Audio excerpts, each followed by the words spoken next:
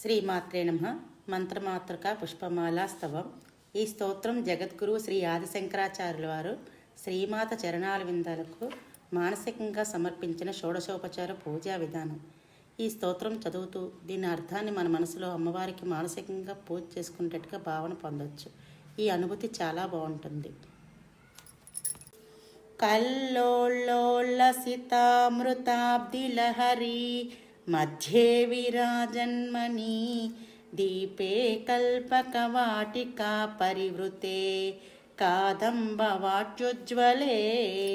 రత్నస్తంభసహస్రనిర్మితసభా మధ్యే విమానోత్తమే చింతారత్నవినిర్మితం జననితే సింహాసనం భావయే. ఏనాం కానలభానుమండలలసత్ శ్రీచక్రమధ్యే స్థితాం బాలార్కాద్యుతిభాసురం కరతలైః పాశాంకుశౌ బిభ్రతీం చాపం బాణమపి ప్రసన్నవదనాం కౌసుంభవస్త్రాన్వితాం త్వాం చంద్రకళామతం సమకుటాం చారుస్మితం భావయే. ఈశానాదిపదం శివైకఫలదం రత్నాసనం తే శుభం పాద్యం కుంకుమచందనాదిభరితరైర్ ఆర్యం సరత్నాక్షతైః శుద్ధైరాచమనీయకం తవ జలైర్ భక్త్యా మయా కల్పితం కారుణ్యామృతవారిధే తదఖిలం సంతుష్టయే కల్ప్యతాం. లాక్షే యోగిజనస్య లక్షితజగజ్జాలే విశాలే క్షణే ప్రాళేయాంబుపటీరకుంకుమలసత్ కర్పూరమిశ్రోదకైః గోక్షీరైరపి నారికేలసలిలైః శుద్ధోదకైర్మంత్రితైః స్నానం దేవి ధియామయై తదఖిలం సంతుష్టయే కల్ప్యతాం.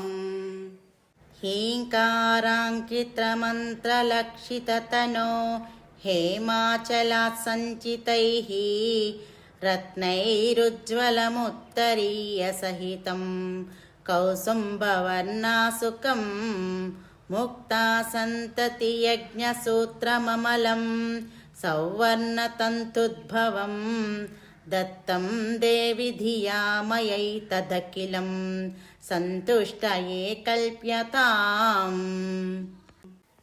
హంసైరప్యతిలోభనీయగమనే హారావళీముజ్వలాం హిందోలజ్జుతిహీరపూరితతరే హేమాంగదే కంకణే మంజీరే మణికుండలే మకుటమప్యర్ధేందుచూడామణిం నాసామౌక్తికమంగుళీయకటకే కాంచీమపి స్వీకురు. సర్వాంగే ఘనసాగరకుంకుమఘన శ్రీగంధపంకాంకితం కస్తూరీతిలకాంచఫాలపలకే గోరోచనాపత్రకం గండాదర్శనమండలే నయనయోర్ దివ్యాంజనం తెంచితం కంఠాబ్జే మృగనాభిః పంకమమలం త్వత్ప్రీతయే కల్ప్యతాం. కహ్లోరోత్రులమల్లికామరువకైః సౌవర్ణపంకేరుహైః జాజీచంపకమాలతీవకులకైర్ మందారకుందాదిభిః కేతక్యాకరవీరకైర్బహువిధైః క్లుప్తస్రజో మాలికాః సంకల్పేన సమర్పయామి వరదే సంతుష్టయే గృహ్యతాం. హంతారం మదనస్య నందయస్యైరంగైరనంగోజ్వలైః యైభృంగావళినీలకుంతలభరైర్బధ్నాసి తస్యాశయం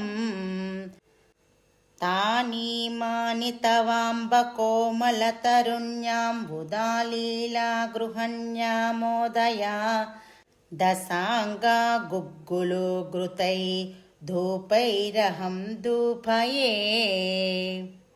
लक्ष्मीमुज्ज्वलयामि रत्ननिवहोत् भासान्तरे मन्दिरे मालारूपविलम्बितैर्मणिमया स्तम्भेषु सम्भावितैः चित्रैर्हाटकपुत्रिकाकरधृतैर्गव्यैर्घृतैर्वर्धितैः दिव्यैर्दीपगुणैर्धिया गिरिसुते सन्तुष्टये कल्प्यताम् हीङ्कारेश्वरि तप्तहाटककृतैस्तालीसहस्रैर्युतं दिव्यान्नं घृतसूपशाखभरितं चित्रान्नभेदं तथा दुग्धान्नं मधुशर्करादधियुतं माणिक्यपात्रे स्थितं माशापूपसहस्रमम्बसफलं नैवेद्यमावेदये सच्चायैर्वरकेतकीदलरुचा ताम्बूलवल्लीदलैः पूगैर्भूरिगुणैः सुगन्धमधुरैः कर्पूरकण्डोज्ज्वलैः मुक्ताचूर्णविराजितैर्बहुविधैर्वक्ताम्बुजामोदितैः पूर्णारत्नकलाचिका तव मुदे न्यस्ता पुरस्तास्तु मे कन्याभिः कमनीयकान्तिभिः अलङ्कारामलारार्तिका पात्रे मौक्तिकचित्रपङ्क्तिविलसत् कर्पूरदीपालिभिः तत्तत्तालमृदङ्गगीतसहितं नृत्यत्पदाम्बोरुहं मन्त्राराधनपूर्वकं सुविहितं नीराजनं गृह्यताम् लक्ष्मीमौक्तिकलक्षकल्पितसितच्छत्रं तु धत्ते रसात् इन्द्राणी चरतिश्चामरवरे दत्ते स्वयं भारती पीनां मेन विलोचनः सुमनसां नृत्यन्ति सम्रागवद् भावैराङ्गिकसात्विकैः स्फुटरसं मातस्त्वया कन्यताम् हीङ्कारत्रयसम्पुटेन मनुनो पास्ये त्रयीमौलिभिः वाक्यैर्लक्ष्यतनोतवस्तुतिविधौ को वक्ष्यमेताम्बिके सल्लापस्तुतयः प्रदक्षिणशतं सञ्चारयेवस्तु ते संवेशो मनसत्सहस्रमखिलं त्वत्प्रीतये